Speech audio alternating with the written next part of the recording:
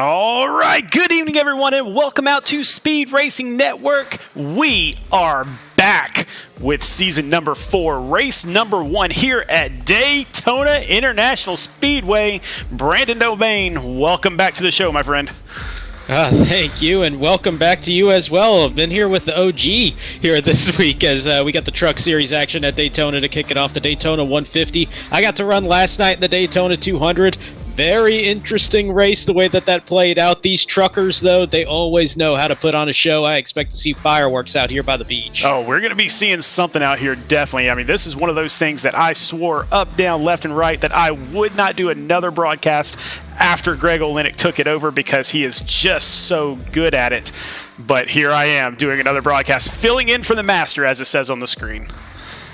Yeah, that definitely caught me as we got our new backdrop. We're all fancy out here in the booth now as we get to look at qualifying going on out there as we speak, and most of the field already in the book. Still a couple minutes left in qualifying. We'll get to that here in a minute, but yeah, looking forward to it, and looking forward to getting back with Greg here next week when he comes back into the booth in the Truck Series, but excited to be working with you here tonight. Oh yeah, when you are as good as Greg Olenek is, he gets us these classic seats right here on the start-finish line. So we are going to see all the action here tonight, but we could not do this without our wonderful sponsors, and one of those is Butt Kicker. Butt Kicker is out there giving away these Butt Kicker devices, and they have been so generous to us that they've given out these Butt Kicker gamers to some of our winners throughout the seasons, and we appreciate them stepping back on board this season as another sponsor.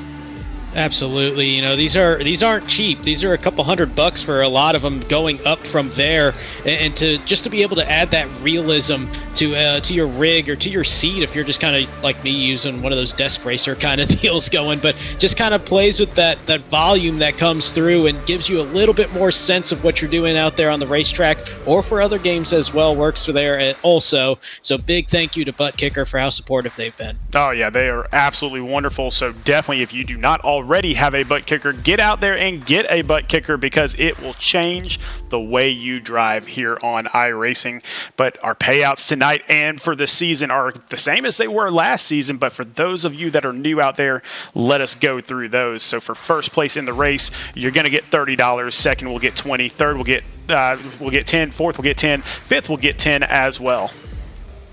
Yeah, so not a bad way to start that season. Of course, it's a $10 entry fee every week for these drivers, so you win the race, you triple your money. Season payout, though, it's a long way away, as we got 20 races, a few holiday weeks in there as well. But that season payout, $500 going to the champion, $300 for second, $180, $120, and $80 for the rest of the championship. 5, $60, $40, and $20 for the 3 best drivers in the group that got eliminated the week before the championship race. Yeah, we are going to have a great season this season. This is the first season that we've had different schedules in each of the 3 series, so be on the lookout. We're going to have some unique tracks coming up.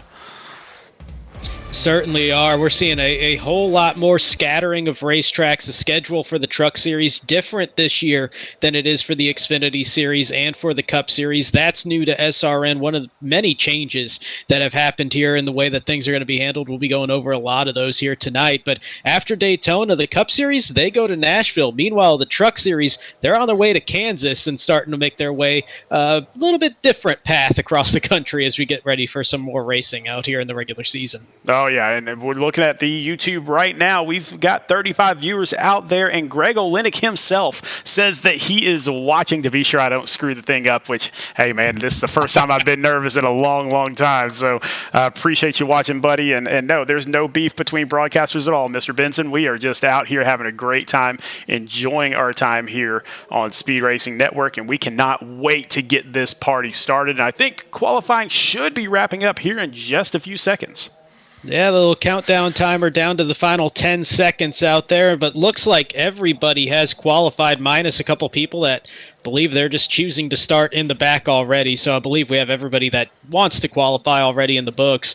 But that window, 10-minute window, just closed. So we're ready to get racing here in Daytona pretty shortly. Yeah, and we have some new drivers in the series this season, so we'll kind of go through those. But Bo Tiffany, an old name here in Speed Racing Network, but with a new team with JW Racing, he is up front.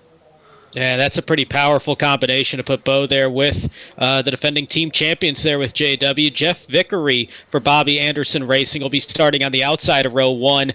Row 2 will be Sean Jensick, one of the Championship 6 drivers from last season with Rat Pack Racing. Michael Larch still with JW Racing, but moving to the Truck Series in position number 4. Position 5, Jeff No for MTC Esports, and Troy Techmeyer rounding out the 3rd row for Zoo Yost. Yeah, Nathan Nixon, again, part of the old guard from Rat Pack Racing. He is up in 7th. Bobby Anderson himself, the namesake of Bobby Anderson Racing, in 8th. Mike Lepicki, one of our very first original drivers from back in Mid-South Madness from Tank Racing. He is up in 9th. Byron Jones, a newcomer from MTC Esports. Newcomer to the series. He's not a newcomer in driving in general, but newcomer to the series. He will be in 10th. Travis Burton, another newcomer from Zuyos Racing, in 11th, and Lane Doyle coming back to JW Racing in number 12th position.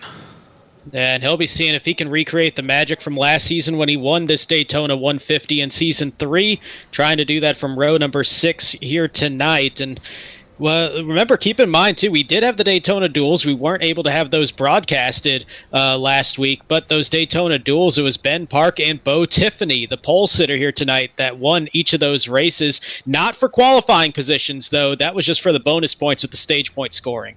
Yeah, and those bonus points come in really, really handy towards the end of the season, especially as we get into playoff time, because those will set you apart in that first round of the playoffs. So every single point is important. Certainly is. So 12 points went to those winners. They got 10 points plus 2 that would have gone for the pole win. That kind of got added on top. 9, 8, 7, 6, all the way down. So we got a handful of drivers, maybe about a third of the field, already with some points in the bank. It might not be much, but I can tell you a whole lot of drivers can tell you 1 point can make all the difference at the end of things. Oh, definitely. We've had multiple times where we've had ties on the cut line. We've had multiple times where that 1 point has gotten them in, and that 1 point was like a lead lap or something like that. So every single point matters, and tonight I expect to see a big split in the group. I think there's going to be half of them that are going to stay up front and half of them that stay back about a quarter track. Yeah, and I agree with that. I'm one of the guys that typically I'll sit back in these races. Last night I started sitting back and then had, after pit strategy and things like that, I was up towards the front, didn't like the feel of it. I dropped back, and then something came up incident-wise to kind of split the field and kind of left me lost in the shuffle. So sometimes you get bit by it, but a lot of times that big wreck happens and you kind of get the benefit of sitting back. It's a kind of a point of contention for some drivers, though, on if you're really doing the work to be up there in contention for the end of this thing. But yeah, it's a strategy that you can make. Yeah, I mean, all sorts of strategies will play out tonight, especially when we get into the pit stops. So we will see what happens as we're coming around turns 3 and 4, and it is about to be go time. Certainly is, and I'm just shocked. We're returning all 6 of the Championship 6 drivers from last season to this Truck Series. 8 of the 10 and the final 10 of the playoffs are back. 8 of the top 10 in Tier 2 are back in the Truck Series. They've got some firepower here coming back for Season 4. Well, here we go. The pace car dives off, and it is on the green flag on this initial start. But we're going to have Bo Tiffany starting us off.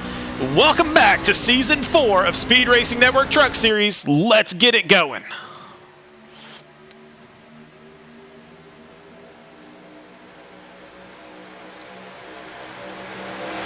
Bo Tiffany staying out front in that number 49. Saved the Tata's car. He drove that last season also. Did pretty well with it, so he kind of likes October. Yeah, he's a very strong performer. Seems to step up even more once we get to those October races, though trying to bank that experience out front with that dual number 2 win 1 week ago. On the outside, Jeff Vickery needs a little bit more of a push there from Michael Larch that's going to be sitting there behind him as they're got a little bit loose on that outside line. You can see that momentum going to the inside line. Won't take long, though, for that outside to regenerate that momentum. No, not at all. And what we saw last night in the Cup Series is if you have a solid line and you are bumper to bumper, then you will go up through the pack really, really quickly. But when you have a gap like between the number 29 there and that third truck in line, the 55, when you have that kind of a gap, you'll get some pull, but not enough. Yeah, and that's kind of one of those things where if you're pushing the pusher, you normally think, oh, that's not a good thing, but you want to be able to use that air pocket, that bubble that's there a little bit, because they're getting sucked up in the draft in the car in front of them or the truck in front of them. You're using that bubble to push them even farther down there as we watch the 3 truck making their way down the apron. They got to be strategic, just kind of moving their way back with Bobby Anderson. He's trying to sit back in here, but the careful thing he's got to do is not lose this pack entirely. He's in danger of doing that. I think he's going to lose this draft completely. Yeah, I think he might, and that might help him. It might hurt him. We'll see. But right now, he is not going to have a good time here in the next few laps if this thing stays green. No, and keep in mind here in SRN, there are no stage breaks, nothing like that. So there's not going to be that caution that you can fall back on about a third of the way through the race. He's going to have to tough it out and hope that a caution comes out at this point, or else he's going to easily fall a lap down, probably in the next 15 laps or so. Taking a look out there at Lane Doyle here in, it looks like, I'm trying to see what that sponsor is there. Actually, I think that's more of a play on Sean Jensick's truck as well. He's got a frog paint scheme on there. Sean Jensick, I want to say that's an otter or something like that. I'm forgetting off the top of my head. But Jensick up in position 3 with a similar scheme, and they're just kind of ripping on each other a little bit. All sorts of fun already this season, and we do have a great time here in Speed Racing Network. So glad that all these guys that are return drivers came back. We are glad to have all these new drivers. It's going to be an epic season for Season 4. A lot of great drivers out there this season. And speaking of the established drivers, you got them single file 1, 2, but then side by side, 3rd and 4th, couple of newer drivers here. Jeff Vickery, Jeff No, they're running side by side. Now Sean Jensick going to move up to the outside, try to steal the bit of a push there and lead that outside line. He'll take the lap lead for the first time tonight. And now the question is, does he drop down? And that's the classic thing that most iRacers do. They get ahead on the outside lane, and then they drop down to the inside, and there he goes. Yeah, and the trucks, it's still going to have some effect. I think it's a lot more potent in the Cup cars with the way that the air effects work on those cars now. But in the trucks, you still have that little bit of an edge where you can drop down. It's not going to kind of get that whiplash effect on that outside line, though. A great push here from the 48 of Michael Larch. He's stuck right to that 7 of Jeff Vickery and shoves Vickery to the front. Now Vickery going to drop down, and we'll see if Larch can do the same, but he doesn't quite have that same push from Troy Techmeyer that he gave Jeff Vickery a bit ago. Really, this blimp cam shows it a little bit better. They are giving each other space out there right now, so all these trucks just kind of riding around for the time being, but checking back in with Bobby Anderson. He did lose touch with the pack. He is back there all by himself. Yeah, and in only 3 laps, he's lost about 14 seconds compared to where he was. Like I said, it's not going to take long. Good news for him, doesn't look like anybody else has lost contact with the draft. So if he does fall a lap down, he would definitely get the lucky dog at this rate. But that's not anything you really want to be banking on. No, you don't want to bank on that. But, I mean, the odds are you are going to get a caution at some point. And the good news for him is, hey, maybe by being this far back, he can avoid all that carnage. For sure. The only thing he's got to worry about now, you won't go 2 laps down because he's going to get lapped at some point. If this thing stays green, he'll stay with the draft at that point. So he's not going to fall multiple laps down, but you just got to hope that somebody else doesn't have that issue. We saw it last night, single car spin, a little bit of contact that collected another driver out there. Didn't bring out a caution because it cycled off the racing surface quick enough. It broke up the pack, but it definitely caused a lot of people to lose contact with the draft afterwards. That's the fear that Bobby Anderson's going to be having right now. Well, this entire group kind of staying together a little bit more than I thought they would. So this entire top 40, actually, all the way back, all in one group. So there has not been as much of a break-off as I thought there would be at the beginning here. Yeah, and I think that's the nature of just seeing how calm this has been so far. Everybody leaving about a truck length of space between each other, still getting the draft, but really being comfortable out there with each other, not trying to get too aggressive. Doesn't look like anybody's really playing that Brad Keselowski kind of role, really shoving people out there on the racetrack this early on and being the aggressor Everybody just kind of taking their time, letting the race settle in a little bit. I don't think that's going to last a whole lot longer out here. Because remember, this is just a 60-lap race. This is a pretty good sprint compared to what we saw last night or what we typically see out at Daytona. Yeah, you just saw Sean Jensick all over the bumper of Jeff Vickery, trying to push him a little bit further ahead there. But on the outside, Michael Larch has the lead on the outside line, and he is getting pushed by the 52. That's not the right number. It's 32. It's 32. Wow, that looks like a 5. That's Troy Techmeyer there in the black and red truck. And what they got to worry about now is you saw that outside line really start abandoning and jumping down to the inside as those gaps were opening up. And that's going to leave that outside line really losing a lot of the energy there. They're still tight. That's going to keep them up there for a while. But if they break up in the slightest bit, that outside line, they're going to need some help up there. They're just now getting it with Jose Castellanos. You saw the 5 truck make his way up there. And that's going to be a big help to try to keep that momentum going on that outside line after they just lost a good amount. But keep in mind, strength in numbers when it comes to these lines, it just adds that little bit more energy, that little bit more momentum. Inside line has about 3/4 of the field in it right now. I got to zoom back in on this Troy Techmeyer truck just because something caught my eye here, and so I've got to get back in on it. And it's an Alice Cooper truck, and that's really important to me because my daughter's favorite song, my daughter's 11, and her favorite song is an Alice Cooper song. So I am raising my daughter right, man. Is it School's Out for Summer? No, it's not. It's Poison. It's Poison. Oh, wow. Yeah, I know. Yeah, maybe I'm not raising her right. I don't know. See, I thought, hey, any school kid's going to be happy that School's Out for Summer. I thought that would have worked, but all right, we'll take it. So Jeffrey Vickery there on the inside, still maintaining that lead, getting pushed by Sean Jensick. Michael Larch still on the outside, getting a push out there. The 54 truck of Jason Kratke is up there in the 4th position. He's the 3rd on the inside lane, and now Sean Jensick jumps out to the outside. Yeah, that's an interesting call there from Jensick. Maybe just trying to start thinking I can get up there ahead of the 7, drop back down, and kind of leapfrog here, get back out in front. Because that outside line, I mean, they're holding the momentum, but they're not necessarily being the faster line out there, though at this point they got a good run. Oh, Jensick thought he was clear, not quite, and had to come back up. Nearly would have been a catastrophe out there, though, as he was trying to block off the run from Michael Larch. But if they collided at the front of the field, that would have been a awful scene there for the rest of the field behind them. Yeah, that would have looked like the duels back there in the Cup Series, where we really only had about 10 cars finish that race for the most part. So bad memory. Sorry, I forgot you were involved in that. I forgot about that.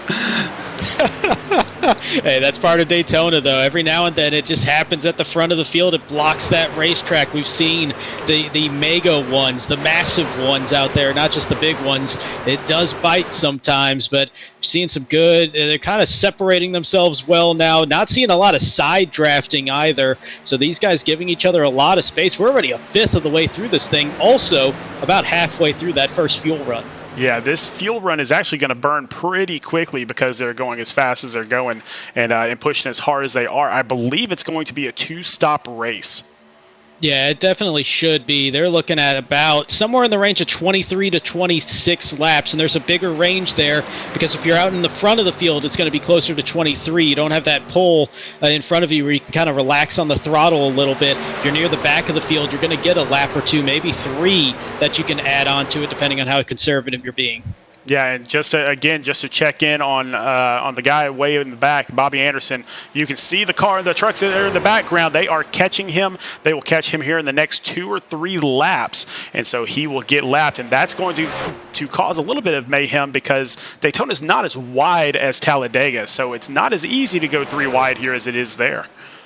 Yeah, I mean, you can definitely do it. And at this point, if you're the lap truck, you're seeing side-by-side racing. What you normally do is you come on the radio and say, hey, I see y'all coming. I'll go high or I'll go low. You just communicate with everybody. Let them know where they're going to be going. That's one of the benefits that we have. You don't have to communicate through spotters. On iRacing, you get that driver chat, and that does go a long way. Nice cut move there by Sean Jensick to slide down to the inside, take that inside lane lead, and block any chance of Michael Larch grabbing that lead. On the outside, Troy Techmeyer going to be leading a line for the first time. That lasted all of about 5 seconds as Jeff Vickery jumps up there. Yeah, Jeff Vickery jumped up there, but I don't know if he thought that he was completely clear, because it didn't seem like he got all the way up there that quickly, and that kind of lost some momentum for that outside line. Yeah, and that's one of the things you really have to worry about at Daytona and Talladega. If you're going to make a move, you got to commit to it. Wow, we're seeing pit stops real early. Lap 14, they're thinking about working this race backwards in this group. And that's all JW Racing is what that is. 46 going around, got into the grass, trying to slow it up, and unable to do so. The 46 truck of Trevor Williams, one of the Championship 6 drivers last season, in big trouble there on this first green flag pit stop. We are going to go back really quickly and take a quick look at that as it comes off the track. Let's find out what happened to him. Just carrying a lot of speed. You can see how much quicker he's closing in. And I think he decided, you know what, I'm going to bail out on this one. I'll take the grass and not run into teammates here and cause all kinds of problems. Great save there, though. Going to lose a little bit of time. Might lose the draft, which is going to be the bigger problem there. And really the only guys that pitted there were JW Racing. And so definitely a team call there. Now we've got another team coming in. It looks like... That's going to be Rat Pack. Is that Rat Pack? Yeah, the Rat Pack guys out there on the racetrack now. Nathan Nixon, Sean Jensick, Michael Madden, the defending series champion, all onto pit road, as was Sean Kozier in the 97 truck. So every one of them making their way down pit road. And I think that's definitely influenced by JW Racing. We saw last season JW Racing like to take a lot of aggressive pit strategies, and sometimes it would lead people into kind of following suit. Sometimes it didn't, but they're definitely doing the road course style play on this and working this race backwards from finish to start to plan out their pit stops. Well, now the question is, when does the next group come in? Do they stay out there and just kind of go with their own strategy, or do they follow along? And that's what we've figured out with these teams, is some are leaders and some are followers, and that's not a bad thing. It's your own strategy, but definitely trying to find out. You know, if I'm out there in the trucks, I'm asking, when are we going, guys? Tell me. Yeah, and honestly, I thought this was going to be two different strategies we would see. I thought we'd see trucks come in at 20 and 40 and break this thing evenly into thirds, and then I thought there'd be some that would run it all the way till the end and maybe get to lap 24, 25, and then make their pit stop and then do a short stop at the end. I did not plan on a team doing what JW and what Rat Pack just did, so we're going to see three different strategies. I think we're going to see a small group come in around lap 20, and then I think we see the rest come in around 25. Well, going back to those two groups, you can see them here. They're trying to get lined up back there. If they can get lined up and tucked in and work together, then they are going to put some time on this front group. They definitely are, especially if they can stay single file. They're going to be behind everybody right now. They're about 35 seconds back, but if they can keep this line tight, they're going to carry a lot of momentum while this big pack is running side by side. And if they all come in at the same time or in two groups, two mega groups out there, that's a lot of traffic that they have to deal with on pit road. It's making that transition time even slower, and it's just going to be even more benefit here to JW and Rat Pack. Yeah, and keep in mind, for the most part, those teams don't really talk to each other over the radio unless it's in chat where others can hear them. And so it's kind of tough. I mean, how tough is it for you to work with another team that you're not really in communication with? It really depends. So if you kind of plan it out ahead of time, you can set up a custom channel on iRacing and you can communicate with another driver through that, or set up kind of multi-teams there to do that. Or you can also come up with a plan ahead of time, or you have a spotter in Discord that's able to do that. But if you don't plan on it and you're just suddenly working with another team, incredibly difficult to have that happen if you don't have a spotter or you don't have somebody that's going to kind of be able to run across in the middle there, unless you're a quick typer under the pit stops and you can get everybody on the other team that you need to talk to kind of set up that custom channel in iRacing. It's very difficult to do it, and you got to be careful not to give out too much information at the same time if you use the driver chat, and really kind of give up a lot of what you're doing at the same time. It's a hard balance out there, but a lot of those guys in JW and a lot of the guys in Rat Pack also got to keep in mind they've raced with each other for so long now at this point. They know each other pretty well that they might be able to read each other. Well, it looks like they are still in one solid line back there, but now up here, up towards the front, we still have Jeffrey Vickery leading the way on the inside, getting pushed by Troy Techmeyer. On the outside, you have Jason Kratke, who is Jeff Vickery's teammate. And so now you've got both teammates just kind of leading the way on both sides. Yeah, and at this point in the run, I think it's more of Jason's just trying to get down. You can see a lot of these trucks starting to work their way to the inside. That tells me they're getting pretty close to making their way to pit road, because you don't want to be on the outside trying to do that. So I think we're starting to see that kind of shuffle start. I think Kratke, just one of those trucks that kind of got caught waiting for a gap on the inside to be able to fall in on. Well, now it's just kind of a waiting game. But we do have 3-lap vehicles out there. We've got Bobby Anderson, Trevor Williams, and James Kerr that are officially lapped right now. Bobby was lapped because he kind of fell off pace. Trevor Williams got lapped because he got a black flag on that pit entry, and I'm not really sure what happened to James Kerr. Yeah, I see 3 laps down. Something happened that we weren't able to catch there on our cameras, but probably some damage somewhere. Not too sure what happened, or he had a connection issue. Actually, I do see that now looking through the iRacing log. He did have a connection issue, so that's why he's 3 laps down. Which, I mean, if we get a string of yellow flags, that could go away pretty quick, and he could be back on the lead lap. But right now, everybody is kind of minding their P's and Q's. Yeah, and I mean, we're only a couple laps away from where everybody's about ready to need to make a pit stop at the end of this fuel run. So I think they're going to be very cautious with each other at this point. Even as we're looking through that line, that outside line, they really need to start working their way towards the inside. You got Kratke there. I believe that was the 16 of Derek Da Silva that's behind him, the lap truck of Bobby Anderson, and the 3 behind him. They just got to find a gap to fit into at some point. It's a tough thing to do with everybody on that inside line. That inside line so long and so tightly packed. They're doing a good job there. It's just making life very tough for everybody on the outside. So they've got to be running pretty low, because we estimated about 23 to 26, and now we are on lap 23. So they are going to be coming down probably in the next 2 laps. And the real question is going to be, where does this backpack fall in? And so right now they are about 35 seconds behind, 31 seconds behind. And honestly, if you're going in just for fuel, you're talking between 7 and 9 seconds of pit stop. You know, I think that backpack will have a good run and will kind of catch a lead. Yeah, my money would be on this pack right here of 9 trucks. I think they would be the ones that are going to get out in front, because, yeah, it's only going to be 7, 8, 9 seconds or so of fuel, maybe a little bit more than that. Might be taking right side tires. Oh, here we go. Big pack coming down into pit road now. About half the field working their way through, led by Jeffrey Vickery. You see Matthew Greathouse, Jose Castellanos, Raul Meza, Derek Da Silva, all working their way through. We got a spin. Oh, near contact. That's the there. 14 of Oceano, and I believe that's the 99 of Wally Babb. Wally Babb, saw Andrew Harris involved there. Saw the 37 of Raul Meza had an issue as well trying to get into his stall, but had 2 trucks on the inside. That's a big issue here in Daytona when you got those green flag pit stops, everybody coming in one pack. Some guys have to pit early, some guys have to pit late, and you can't really get into single file that easily, and it can cause carnage like we just saw there. Well, now we got Tyler Markle on the outside holding that lead. Interesting that he is staying up on the outside. We'll see. Now we got another group coming down.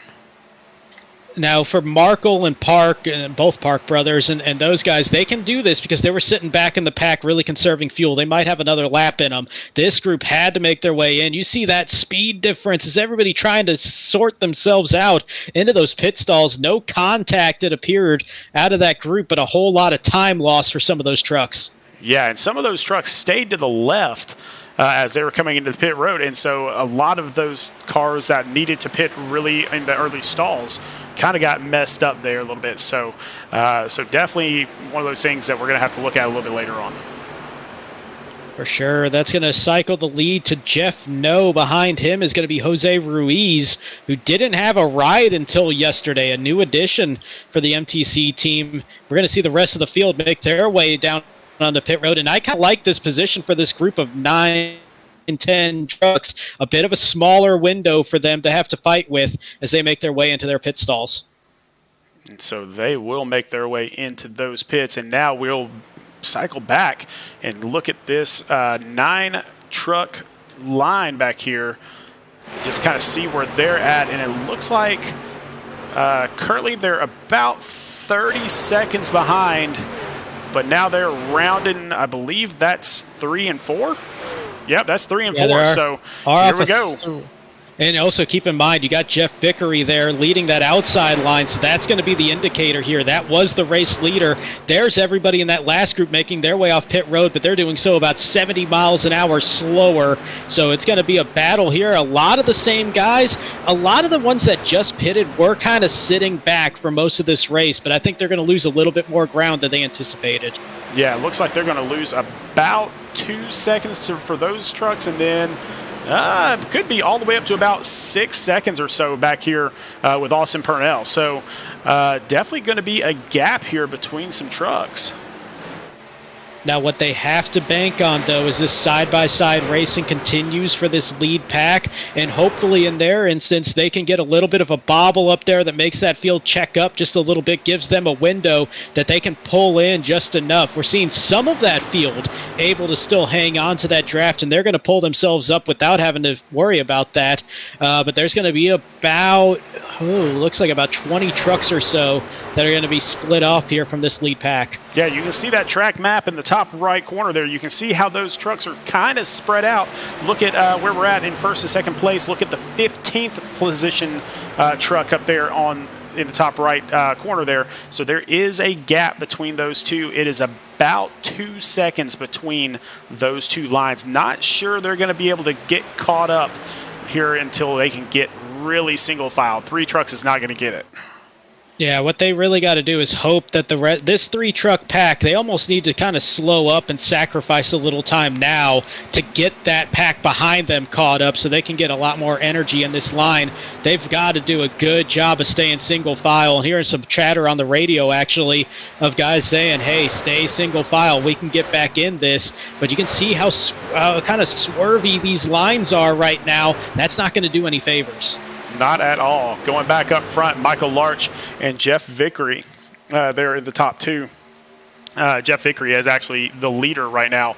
On the outside, you got Matthew Greathouse for Phoenix Virtual Racing there on the outside. So good showing by Phoenix Virtual Racing with Greathouse there in 3rd and Jose Castellanos there in 4th.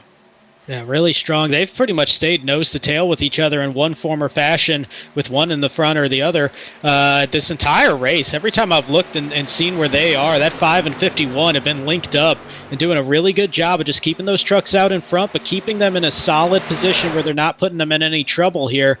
As we got one on pit road. Brad Herman.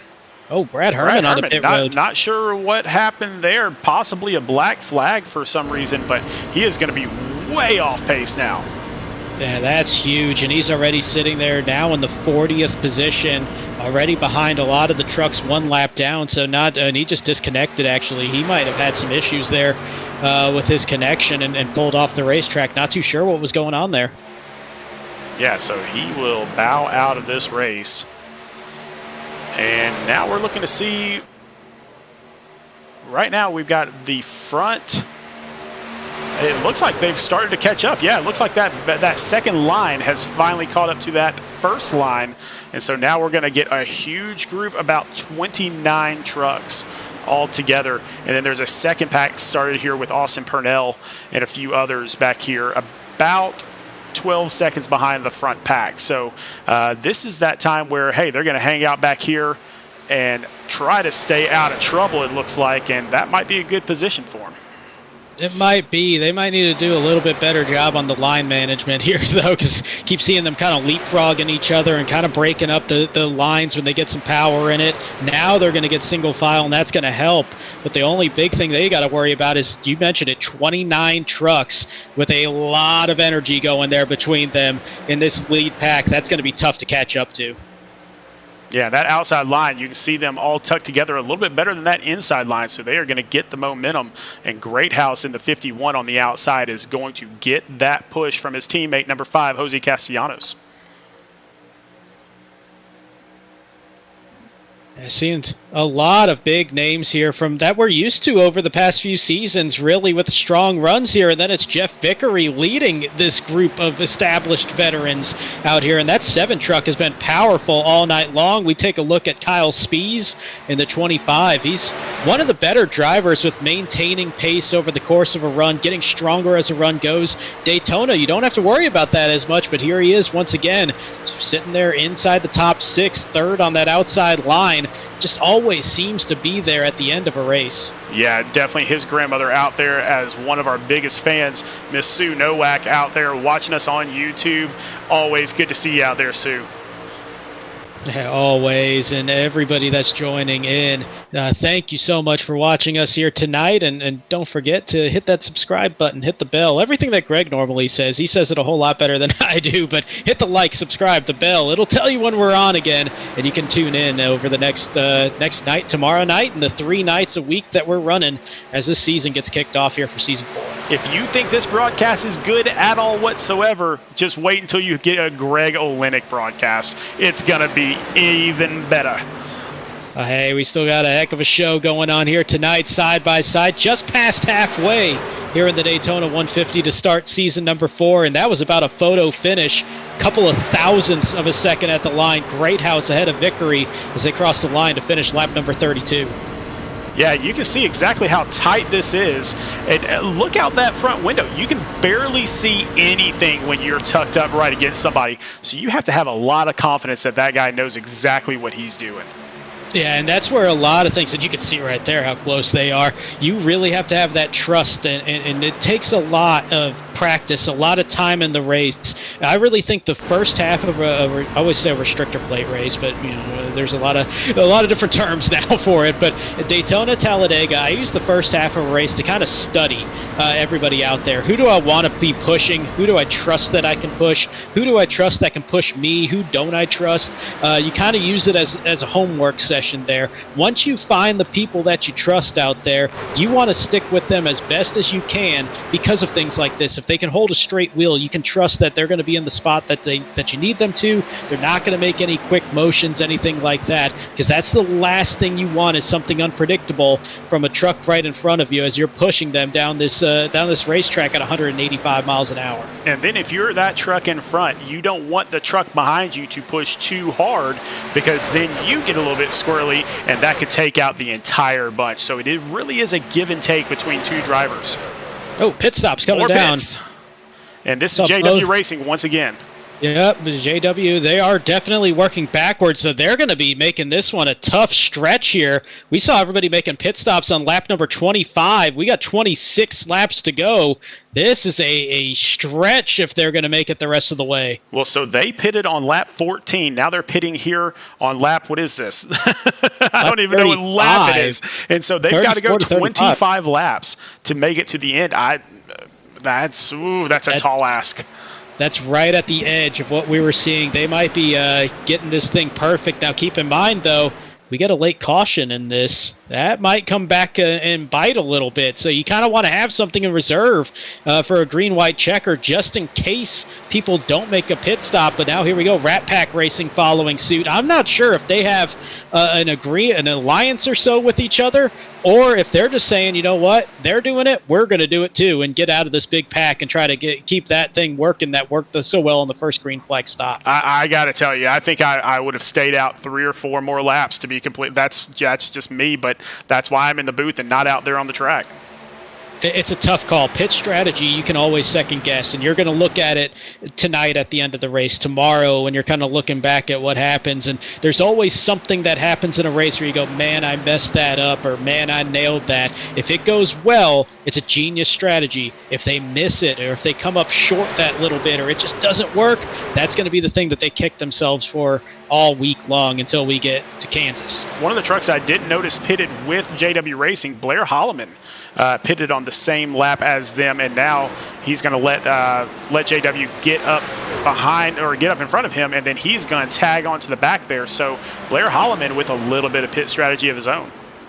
Yeah, and that's interesting. And part of that, too, I'm looking for the rest of Zuyos, and for the most part, I think they've been hanging around the back of the pack, kind of waiting to see if there is a big wreck out there. So I think that's kind of just where Blair is. He doesn't really have a whole lot of help around him, so he's finding a team to kind of follow their strategy on it and just hoping that he times it out right, hoping he sees the signs well enough that they're getting ready to make that pit stop and just kind of latch on to what they're doing. So we got a new leader out in front, Kyle Spees, first time tonight leading the way at Daytona. Yeah, Miss Sue's going to be smiling at this. Kyle Spees, her grandson, out front. And now we get a little bit of fun back here between the three, and that's Jeff Vickery, I believe.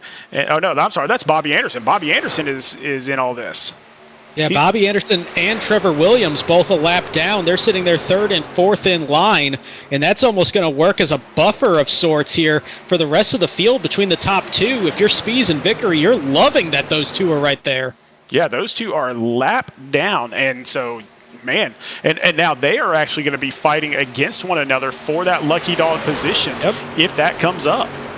Yeah, and that's exactly why they're doing what they're doing. They're not trying to interfere in the race or anything. They're trying to be that lucky dog recipient should a caution come out here during these green flag pit stops. That is a huge deal for one of these drivers to get that. Bobby Anderson now actually going to be leading the line through, but a lap down just about. It's still Kyle Spees in the lead. But Raul Meza seeing, you know what, that 3 truck wants to go. I'll take advantage of that and try to take the lead of this race. And now Bobby Anderson basically earning his lap back the hard way, and he is up in front of this pack. Yeah, and now all of a sudden, if you're Trevor Williams, you're happy that Bobby Anderson was racing you that hard, because now Trevor Williams is in the lucky dog position if a caution were to come out. But I think we're about to see pit stops here in the next couple laps. Now, you may have seen Sean Kozier come into play there, that 97 truck. He is now a lap down also, so he's going to try to get back up there and race with Trevor Williams and Bobby Anderson here shortly. So, man, just battles all over this track right now. I mean, all of a sudden, it feels like we're back in the season finale, keeping up with multiple races going on in different ways. We're seeing the lead lap race, and we're seeing the lap down race, or now close to a lap down if you're Bobby Anderson, but it's still Spees and Meza that are 1-2 on the racetrack, even though they're 2-3 out there physically at the moment. Man, I can just see it right now. Bobby Anderson's going to send me a Discord message tomorrow and be like, I made the show, didn't I? I made the show. Hey, you got to get that airtime however you can if it's in a good way. And you know what? Leading the pack, even if you were a lap down, you got that power to get back out in front. Why not? Hey, get that airtime, but also get that lap back naturally. Oh, and this is where it gets really tight. So Raul Meza actually leading this race on the outside. If he noses in front of Bobby Anderson and a caution comes out, then that really messes up a lot of people in this. It messes up Trevor Williams, especially because he won't be the lucky dog anymore. So Bobby fighting for everything he's worth there on the inside. You got Raul doing everything he can there on the outside, getting pushed by Jose Castellanos. It seems like Jose's been pushing a lot of people today. Yeah, he might be the one that's just got the right feel in these trucks of being the pusher out here. And it's now his 4th season, 3rd in the trucks, so he's got a lot of a comfortable feel out there. I know he puts in a lot of time in those trucks as well, so I think he's just got that pushing down, and a lot of people out there trust him. I'm also looking around, seeing who's out there that we haven't really talked about. How about that third one on the outside, Travis Burton in the 92? That's a new name here to SRN, and he's sitting there in a solid position just outside the top 5. Yeah, another Zuyos racer out there, and that entire team works so hard together as a team, especially with the camaraderie portion of it, and camaraderie is really what you need here at Daytona. Certainly is. I mean, you can't win Daytona by yourself unless you just catch all the right breaks. You got to have a little bit of help somewhere out there, whether it be a teammate, which is the most ideal one, or you just kind of find people along the way that are going to help you out there. Oh, big shuffling going on as there was a lot of trucks starting to work their way from the outside to the inside. Another sign that we're getting pretty close here to pit stops. A lot of people starting to bail down to the low end. Yeah, and now this entire group here of 8 or 9 trucks here, that is JW Racing and Rat Pack, and so now they are getting caught up to by the pack. So last pit cycle around, oh boy. So last pit cycle around, that big group was getting caught by them, and now that big group is catching them instead.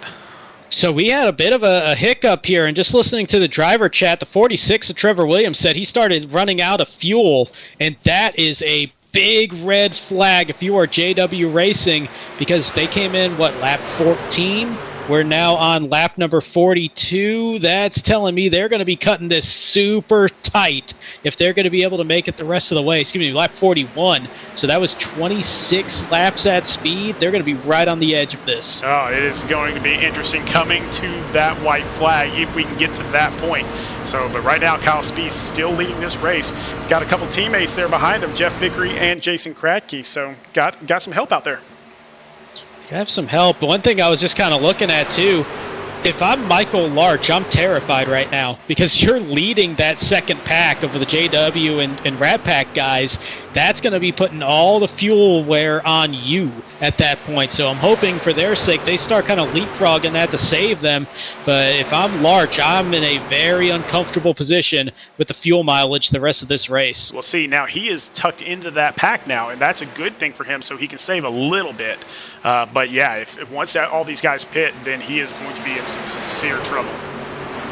Yeah, and plus he's already had about 10 laps of leading that train out there in that 48 truck, so it's going to be tough. And now what we didn't see last time was them get mixed in with this pack as the pit stops are starting, so it's going to be a really nervy spot as we got the pit stops underway here. Got the 7 truck, got the 25, the 54, about half of that lead pack making their way to pit road this time. Yeah, it looks like everybody got in a little bit cleaner this time around, so that's good on them. But now Raul Meza going to retake that lead, even though it doesn't look like it. He's there on the outside in the green truck, but got a few other trucks in front of him. But those trucks they're not a lap down anymore. They're in front of them, but they're not for position. So weird to see this. Now, if I'm looking at this, all these trucks on the inside, they're going to keep going. You got most of the lead lap guys, most of the leaders right now are on the outside. That is a really dicey position to be in. I'm hoping that there's going to be a little bit of communication here because those pit stops have to be coming up here probably in the next lap or two, but all the lead trucks are on the outside. I mean, could this possibly be a strategy that entire line is holding that bottom line so those leaders can't get down there? They have to slow down? I'm not going to rule that out. I mean, it kind of works out in their benefit that they got put that lap down at that point because they're able to kind of block the access at this point. Oh, wow, don't like seeing that. The 29 really bouncing around there with some blinking. That's a dangerous thing here on a super speedway. He's going to drop down to the apron. I don't even think he got told to do that just yet, but a good job there. Yeah, definitely. It is so hard to do that when you have to. And so, especially on this track. This track is a lot harder than a lot of people. Oh, we got a little bit of touching out there, but it looks like they're okay. Raul Meza hitting by himself. That tells me he was running out of fuel. Him having to come down there by himself, that tells me out of fuel or close to it with how quick that happened. And the problem was, too, because of the blinking issue, there was also some drivers on the chat at the same time. So if he was going to make that dive from the outside, he wasn't able to communicate that to the rest of the field because there was the chatter going about the blinking issue.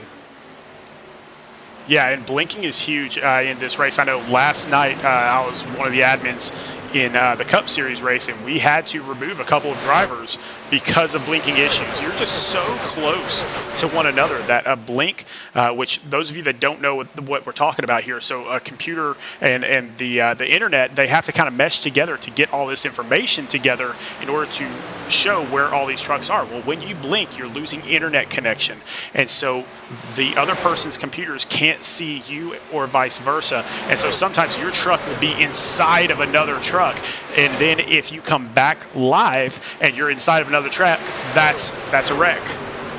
Yeah, and it's so hard to maintain, and at these type of racetracks, it is just absolute danger to have somebody blinking out there. So good on Sean Jensick to kind of back himself out of that pack in that process. The other thing, though, you get to these other racetracks, you kind of get a little bit more leeway. So it's just unfortunate when that starts happening at Daytona or Talladega. We're coming to 12 laps to go. These leaders still staying out at this point. And they're going a pretty long way. They've got maybe a couple laps of fuel left, though, to really stretch this out. But if you're Travis Burton, you're Ben Park, who, by the way, the points leader coming into this race after the duels, sitting there in second, and Byron Jones, new to this as well. It's a group of about 10 trucks that still have yet to make that pit stop. That's got to be coming here soon. Yeah, something really interesting here. That 92 of Travis Burton is actually a quarter of a second ahead of Ben Park back here. Now, that doesn't sound like much, but at Daytona, it's a lot. It's 3 or 4 car lengths. And so that's kind of rare. There that goes. There that goes. Right. Burton was trying to work his way to the inside, had to back off, and that gave a big run to Ben Park there in that 8 truck. And so that's going to link them right back up. You see it on the pylon, the top 10. That is the 10 that still have yet to make a pit stop. Everybody else staying out. Burton going to make his way in, and most of that group is going with them. It's going to be Park, Markle, and then Dan Park staying out. So just 3 drivers still on that strategy of staying out now. So they'll try to get at least one more lap in here so they know they can make it the rest of the way, which they can all make it the rest of the way after a full-blown pit stop here. But now the question is, these guys coming in with 11 laps to go, do you come in just for a splash or maybe half a tank? Yeah, and that's going to be the thing. Do you want to play it to the finish of the race, the advertised distance, or do you want to bank that something might happen that you can take advantage of everybody else needing to make a pit stop at this point and give it a couple extra gallons? It sacrifices a little bit more time on pit road, but if this thing does go to a green-white checker, you can make up a ton of track position out there. Bobby Anderson in for his last pit stop. This really has not worked out well for him tonight because he lost track of the pack a little bit earlier, and there has been no cautions, which, hey, I don't want to jinx it. That's awesome. They've driven a really good race out here tonight. I'm not even going to talk about the rest of the way. I'm just going to say going 50 laps at Daytona in a series with 40 trucks out there. That's impressive in its own right. Who knows what happens the next 10, but to this point, that's impressive. And Zala has to come in on his own as well. That's Jacob Zala from Jonathan Byer Racing, and so that means that he was basically out of fuel as well, and so that's going to really sincerely hurt him. One of his teammates that I haven't talked about is Mr. Consistency, Landon Cardulo, back here in 11th place. So good to see him back out there on the track again this season. Landon Cardulo, one of the best in the series. Yeah, he is out there. Oh, by the way, there we go. Pit stops for the race leaders now. And there's a 17 of Daniel Park, and he kind of overshot that pit just a little bit. It's going to be Markle and then the Park brothers coming in by themselves. Now we got to see where they cycle out, but the lead is now going to go to Jose Castellanos for the first time tonight with Kyle Spies right there on his tailgate. You see Jason Kratke there with him. Kratke a lap down as it's going to be these two, and then they're about 4 seconds ahead of Byron Jones. And then there's a whole lot of time going back to Jeff Noe and the rest of the field. Jose Castellanos has been pushing people all night, and so now it is his turn to get pushed, and Kyle Spies is out there doing the pushing, and then they've got a lap car back there helping to push also, and that could be the best thing for them, having a lap car there in third. They don't have to worry about protecting that position. No, they got lap trucks in third, fourth, and fifth in this line. Sixth in line is Byron Jones in the all-black 19 truck. And then beside them, that is a huge gap of 3 seconds. Now, if that second pack from Markle on back can get strung out and lined up single file, they can still catch this group, but it's going to take a monumental effort from them to do it in time. This thing stays green. This race could come down to Castellanos, Spies, and Jones. Yeah, I mean, you've got 8 trucks, but they're side by side back there. And so they've got to get lined up. They've got to start communicating. Otherwise, time is going to run out for them.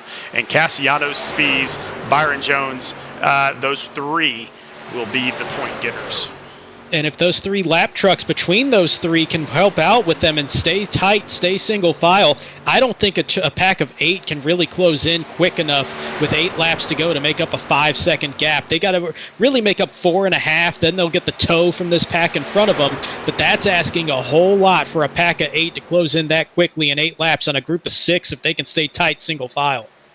Yeah, we're going to see what we can do to kind of catch the time delta here between a couple of these trucks, so that way maybe we can see exactly how close they're starting to get.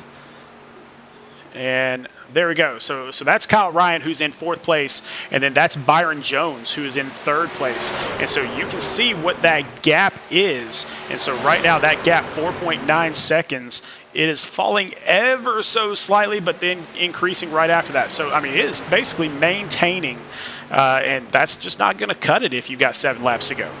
No, and looking at them on my second screen in that second pack, they're still side by side all the way through 2 by 2, about 10 deep right now. So that is huge trouble there. They are not going to get the job done racing the way that they are. But at the same time, you can't tell racers to sacrifice position with 6 laps to go. It's just not going to happen. They're going to stay side by side. This is going to work out a lot like we saw last night, where it was a group of 4 cars in the Cup race that were able to get out there in front after an incident kind of split up the field that little bit.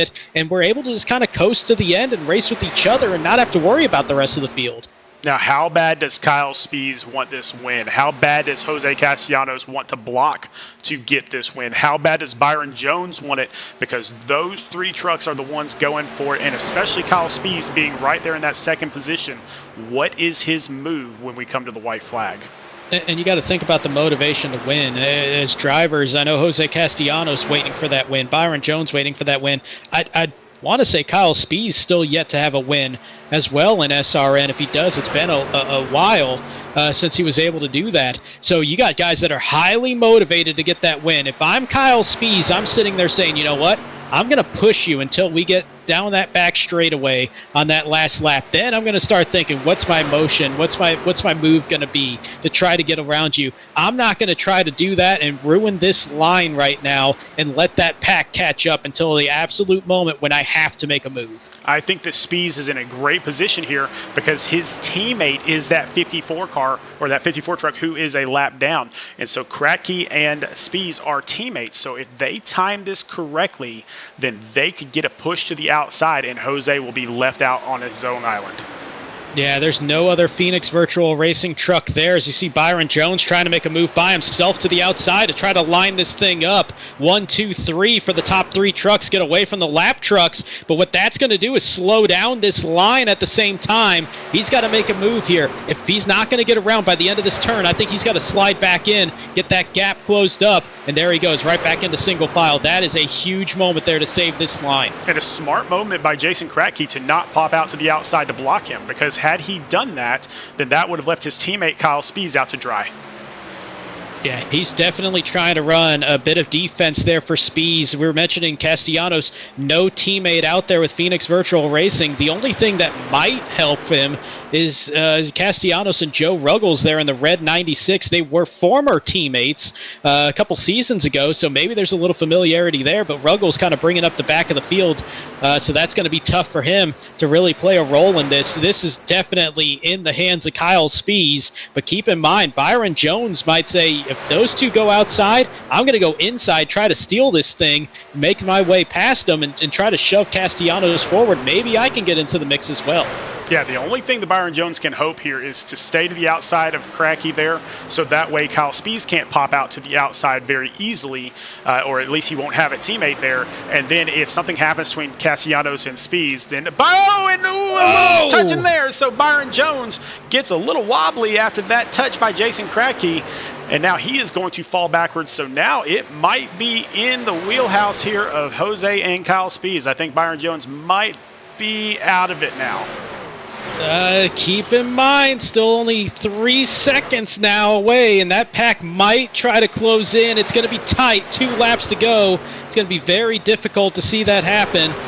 But, man, I just got to say, heck of a save there from Byron Jones to be able to maintain that truck, keep this thing green in a very clean race. That's really the only moment we've seen that was any hairy, as now we got a big push here from Kyle Spees, trying to get a little bit of a gap here with Jason Kratky, trying to shove Castellanos forward. And then I think what he'll try to do, get these 3 away from the rest of the field, and then try to back up to Kratky and get the big shove. And here we go, Brandon. It is the first white flag of the season. White flag here. Oh, no, yellow flag. Oh, we've got some wrecking in the back. Oh, my goodness. That changes everything. And it's the Rat Pack JW group. And that's, looks like we got the 48, the 45. I think I saw Nathan Nixon back there, so it's that pack at the very back of the field that got into trouble there. We're going to take a look and find out what happened back here. I don't think we're going to like what we see. Oh, we got a blinker back there. Jensen blinking, but it wasn't even him. It was Nixon and the 48 of Larch. Yeah.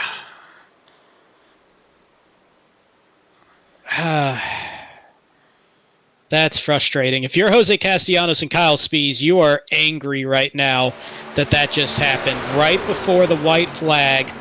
And I don't know what the move was there, to be honest, at that point. You're racing for position, obviously, but that was not what you want to see coming to the white flag. And we're going to re-rack it and get everybody all bunched up to try overtime here for the first time in SRN this season. I mean, the only thing that I can think there is that Larch was trying to stay in line maybe with Nixon and just missed it.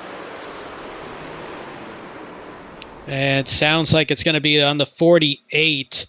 We'll get the EOL Larch here. Yeah, so Michael Larch going to get that. You can see him with the run on the outside. I think what happened there, that angle kind of tells you a whole lot more. I think he thought he had the run, was going to try to slide back behind the 11, but just wasn't clear of him yet at that point. Now, remember, all those trucks, they were going to be thin on fuel mileage to begin with, so they're obviously going to have to make their way down. A lot of the trucks that stayed out and kind of lengthened this thing out and pitted late, they can stay out there and not have to worry about it. Fresh tires, not going to be a big deal here, especially in the trucks where you have a lot of downforce on it, so they're not going to be that loose. So the position hold is still going to be there for Castellanos and Spees, but man, that was the last thing they wanted to see. Last thing we wanted to see, too, to be completely honest with you. As much as we love watching the racing, I really wanted to see this thing go completely green. That would have been really neat. Absolutely, and obviously, you know, I'm a fan of what Kyle Spees does in a race car. I think he's been fantastic here since I've started in SRN. I've always admired how he races. Jose and I came in at the same time, been teammates for a long time. I was wanting to see that play out, just because either way, that's a heck of a win for one of those two drivers, and we're don't quite get that here tonight, but we're going to see a heck of a finish either way. Just a whole lot more people involved in it this time around. Whew, I got to catch my breath now a little bit, man. That's,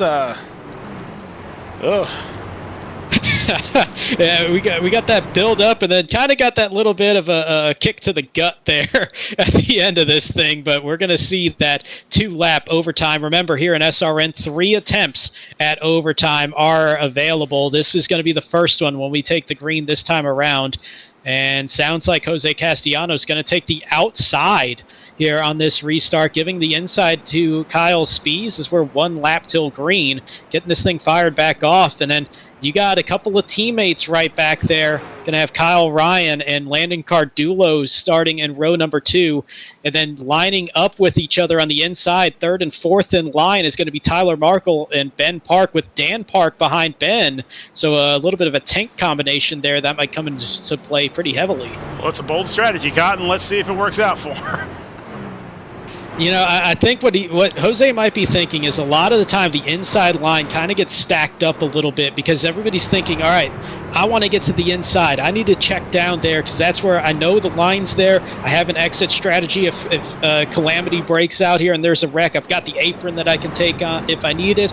It's sometimes that just kind of muddies that water on the inside and people start making too many moves and it slows it up. That outside line, it's harder to keep in a straight line, but there's a lot less traffic up there at times, and it can really free it up for some speed. So the inside line, you got Kyle Spees here in the 25. You've got Kyle Ryan. Welcome back, Kyle Ryan, here in the 66 as second in line. On the outside, you got Jose Castellanos there first in line, and then second in line, you've got Landon Cardulo, who, fun fact, is a teammate of Kyle Ryan. So the entire second row is Jonathan Byer Racing. So now we've got to figure out how they're going to get lined up. Otherwise, they're just going to hold up to everybody. Yeah, and if I'm sitting there, if I'm in the 7 of Jeff Vickery for Bobby Anderson, the last thing I want is to let those two get together. Those 3 tank trucks, or 2.5 tank trucks, Dan Park independent but still affiliated in a way, they're going to try to block off that inside line and not let that happen. It's going to be a 2-lap chess match here in Daytona. Wow, and Jose Castellanos got a huge jump and got down to the inside, and so he will lead it on the inside. That was a mega restart there for that 5 of Jose Castellanos. Remember, we got the restart zone. That's the first time we've ever seen it used here in the Truck Series, and Jose did it perfectly to get out in front of Kyle Spies, and now they're going to try to hold off the rest of this field. Kyle Ryan trying to make a move with Tyler Markle. They're on the outside now. Landon Cardulo going to get up there, and Jose turned around. No yellow flag because he's off the track. Now there's a yellow. Now there's a yellow. Man alive. Absolutely gutted for Jose right now. He was 200 feet away from the white flag before the caution came out, and now going to be sitting in the back of the pack after that contact got him turned around. And we're going to go back and check it out one more time here. Oh, man. Went from being caution-free for so long to now 2 cautions and back-to-back laps. And it's just blocking gone wrong. He was trying to come back down to the inside and just a little too late to get there. That right front quarter panel was already there on that 25 truck and just got looped around there into the infield bus stop there on the road course side. You know, it's a little interesting that the caution flag came out there, because usually if you're off the track, they will not throw that flag. So iRacing throws all of our caution flags here, so that is not the admins throwing the flags.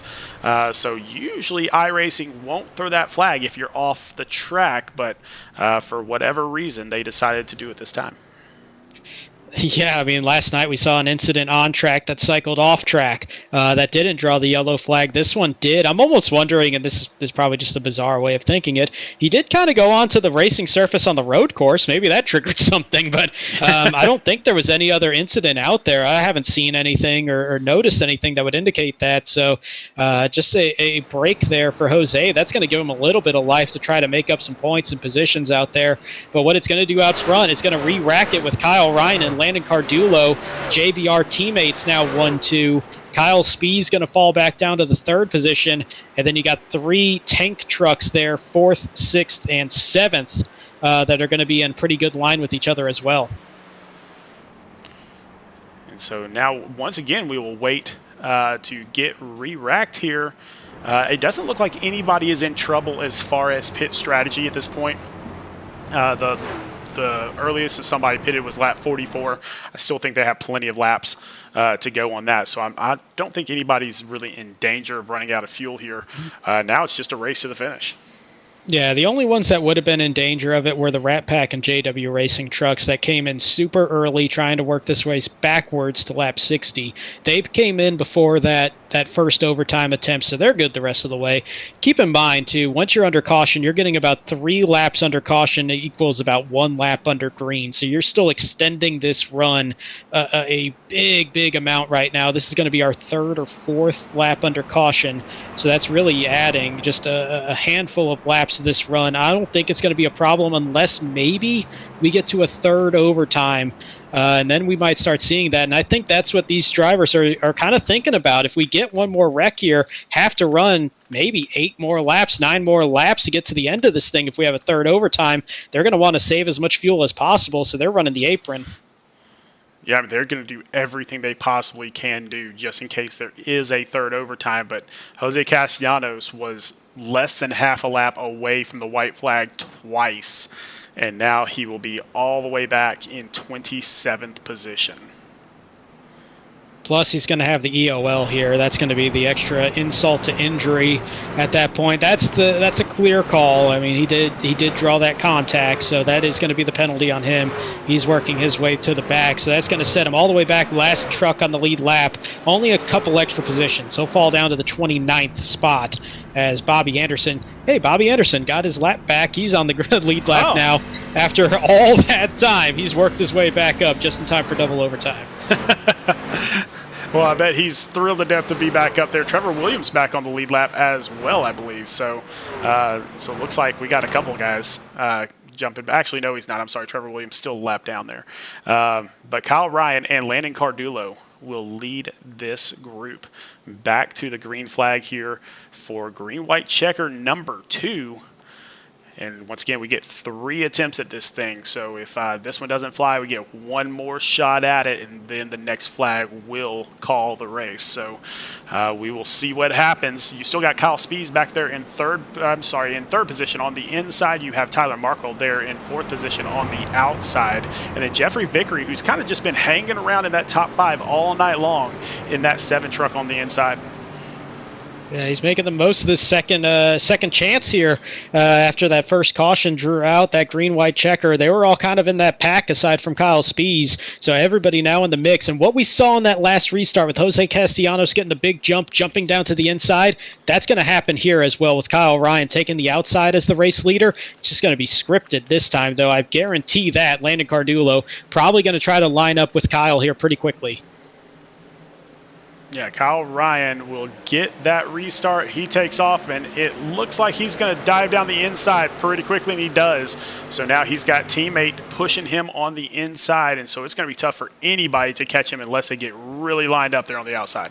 Well, speaking of that outside, we got teammates on the outside now with Tyler Markle and Ben Park there in the 8 truck. They're 1-2 out of Tank Racing with Matt Greathouse behind them. So if they can tighten up, this could be a big shove. Kyle Spees sees that happening. He's going to jump to the outside just in front of that block from Landon Cardulo, trying to side draft his way up towards the front. Oh, and we got some wrecking in the back.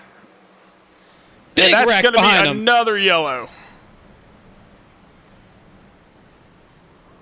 Wow, Trucks that everywhere. looked like that was going to be a whole lot more trucks involved in this one. We see Sean Kozier there sliding his way through, trying to get that back under control. I think I saw Byron Jones involved as well in the 19 truck. Another driver with a great night that's just ending in a way that it shouldn't be deserved to end. As we take a look back here at this wreck replay here, as we get ready for the 3rd and final attempt at a green-white checker. Yeah, I mean, this is so frustrating because we had such a good race for so long, and now everybody so packed up and trying to get positions. I understand it, but man, we had a great green flag race going, and now just carnage. Looks like that might have started around Travis Burton. I saw his truck going around. I believe he was around the top 10 at the time of that incident, so... there he is. He's 5th on the inside. There's a better look at him with the bright green numbers on the roof and the black truck.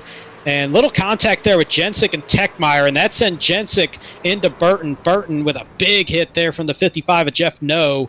And it looks like about 6 or 7 trucks. That could have been a whole lot more than that, though, that we only saw 6 or 7 involved in that wreck. Yeah, I think that Jensick tried to go to the middle here. Yeah, he tried to go to the middle and just got a little bit too far outside is what it looks like to me. Yeah, the little bit of net code thrown in there as well. I think there was still a little bit of space, but it was very possible at the same time that wreck was going to happen regardless of that net code.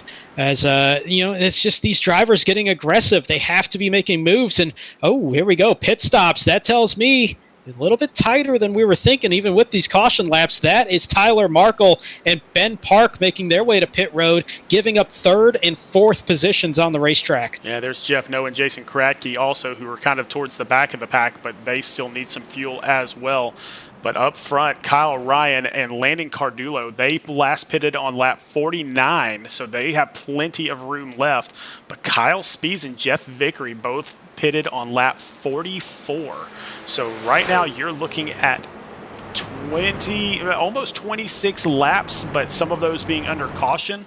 So it's going to be tight. Yeah, they're probably going to be good. But notice the tone on that, because it's going to be very, very close. Who has a fuel calculator we can borrow? I think they should be good to go the rest of the way if we get 1 to green this time by. If not, they might be kind of feeling a little bit of the bubble there in that fuel tank pretty soon. But by the time they get to that checkered flag, it's going to be very, very tight if they can make it the rest of the way. Yeah, you can see Kyle Ryan and Landon Cardulo down there on the apron. Kyle Spees and Jeff Vickery, who are the ones that are really in danger of it, up there on the track still. So they might want to be the ones that are down on the apron doing this. But Matthew Greathouse back here in 6th place, also pitted on lap 44. Troy Techmeyer as well on lap 44. So Daniel Park is the one that's sitting even prettier. He pitted on lap 51, so he definitely has enough. But I think the Kyle Ryan and Landon Cardullo in 1st and 3rd are sitting pretty good. Actually, that makes me wonder, because Daniel Park came in at the same time as Ben Park and Tyler Markle. So if they were one of the last ones on pit road, that just reminded me of that. I'm very curious why those two came in, unless they did a very short fuel stop trying to get to a certain distance and make up some time as well, and they just knew they didn't get enough fuel in it to go the rest of this way. Somebody that we haven't mentioned all night long from Jonathan Byer Racing, Jacob Zala back here in the 8th position, just kind of hanging out, sitting pretty back here. He's looking at a nice top 10, started off in the 37th position, and now he is just kind of biding his time. We haven't talked about him at all because he just hasn't been involved in that top 10 area, and now here he is with a shot at it. How about that for him, too? This is a very mature race that he's been running, just very conservative out there. Normally one of the aggressors on the racetrack, really kind of sitting back, letting the race come to him, and it's really worked in his favor tonight to be in contention. If you're really inside the top 12, top 15 at this point, you are still in contention, because one shot at this overtime, then we get to the checkered flag regardless. Next flag is going to end this race, and so this is going to be wild out here with people trying to throw haymakers and making up as many spots as they can before we get to the checkered flag. Yeah, it almost throws out the entire thing of bide your time until the last turn, because, I mean, if you catch a caution before you get to the white flag, then that's the end of the race. So, I mean, you better be at the checkers. I mean, you better be ready to go here. Yeah, 2nd place, you normally have that benefit. You have that, okay, you're in the catbird seat if you're 2nd place most of the time. Now, leader in the catbird seat, because you don't know if that caution's coming out at any point.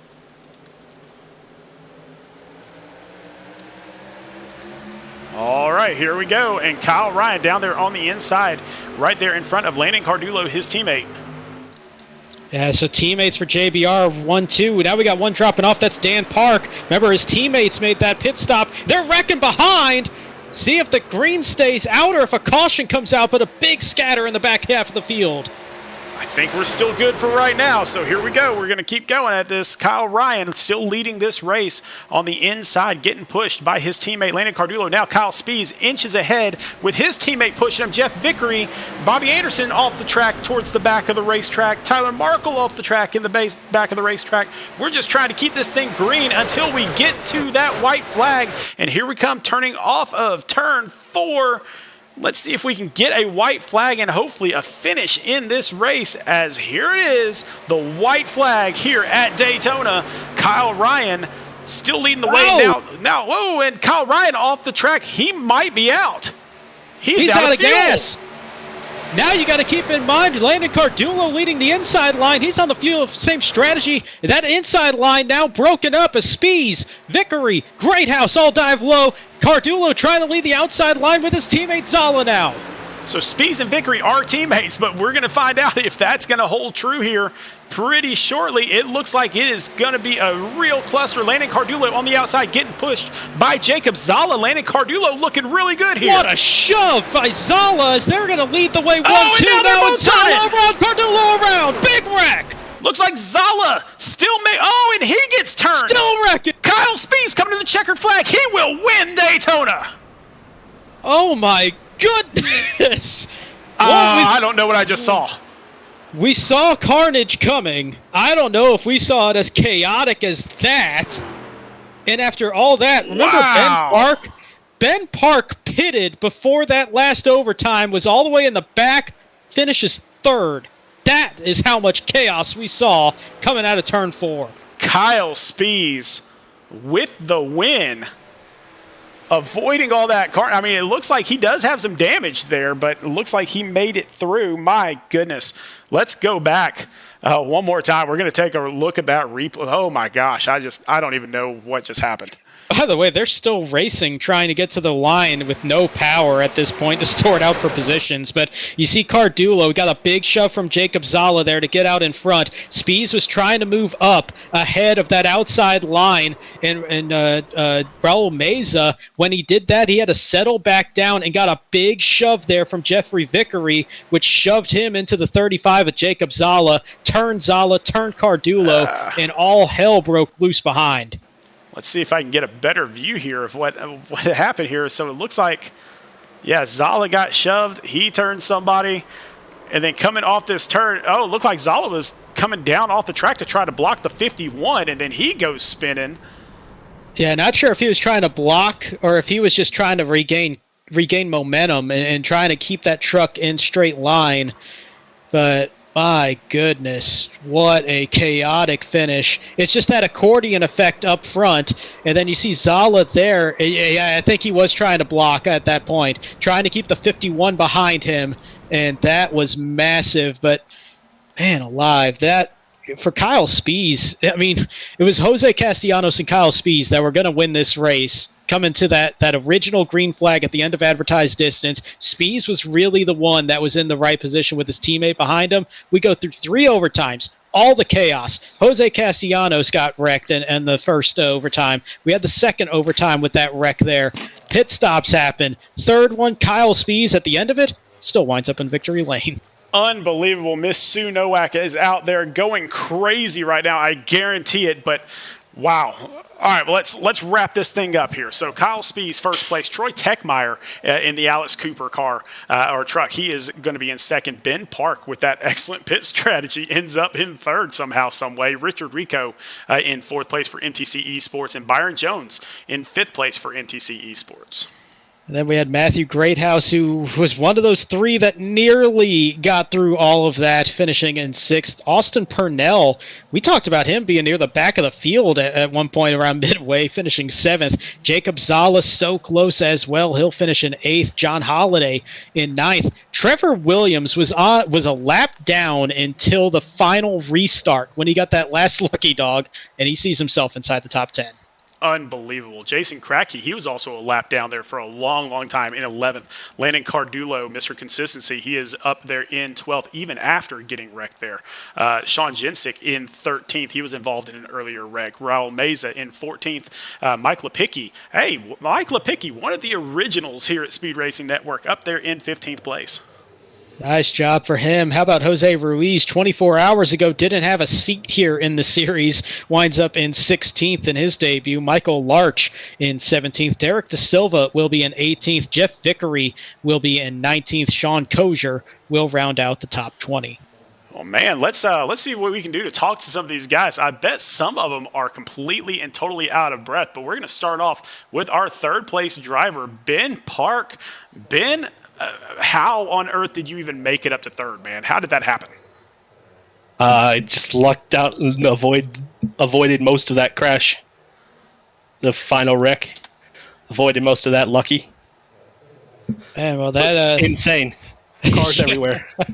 Yeah, that fuel strategy of, I'm guessing y'all kind of short stopped that last one with the splash and go, made that pit stop. That really kind of just was the race saving movement there to get you back away from all that carnage. But after what we saw you do in Daytona with the duels, after this race here tonight, looks like you're going to be sitting there atop the point standings, leaving Daytona at the end of all that. Oh, that sounds amazing, man. So what are you guys looking for as far as with tank racing? I mean, number one, A, was there a strategy? And B, now that strategy kind of got messed up with those cautions at the end, what was the final talk before that last green-white checker? Basically the strategy, me and Marco and my brother Dan were just like staying out as long as we could so we could short pit on the last stop. And 3 green-white checkers caused that to not work out. So we had to stop. So me and Markle stopped so we didn't run out of gas. And then it was just get what you can. Well, man, you got what you could. So congratulations on that. Is there anybody that you would like to thank before we let you get back to celebrating here tonight? Yes, I have to thank sponsors, 213 Simware, Hunterton Anesthesia Associates, Healthcare Billing, Berg Arts, 3CHI, EWRL, GameStop, Pit Stop TV. I have to thank Tank for giving me the opportunity. That was awesome. Awesome.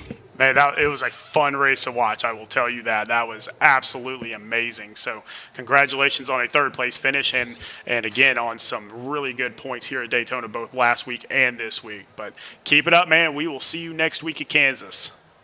Yes, sir. All right, we are going to drop him back down into that waiting room, and we are going to see what we can do to find us some Troy Techmeyer. You know what? I think we just lost Troy Techmeyer. I'm not sure what happened there. Oh, no more Mr. Nice Guy. Oh, man. We were going to totally have some fun there with that truck. That was such a cool truck, and now it looks like he is out. So I can't find him anywhere. All right, well, then I guess we'll move on to Kyle Spees. So let me pull him up into it. Mr. Kyle Spees, buddy, I bet you're going nuts right now. We're going crazy. You got a lot of fans out there watching, and they are freaking out, having a great time with it. But tell us about that last lap going into it. Craziest lap of iRacing I've ever been a part of. Let's go, baby. No, it was a good time.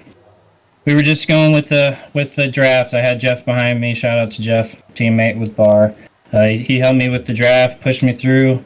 Then I kind of got damaged there. Thought I was going to be done, and Jeff stuck with me.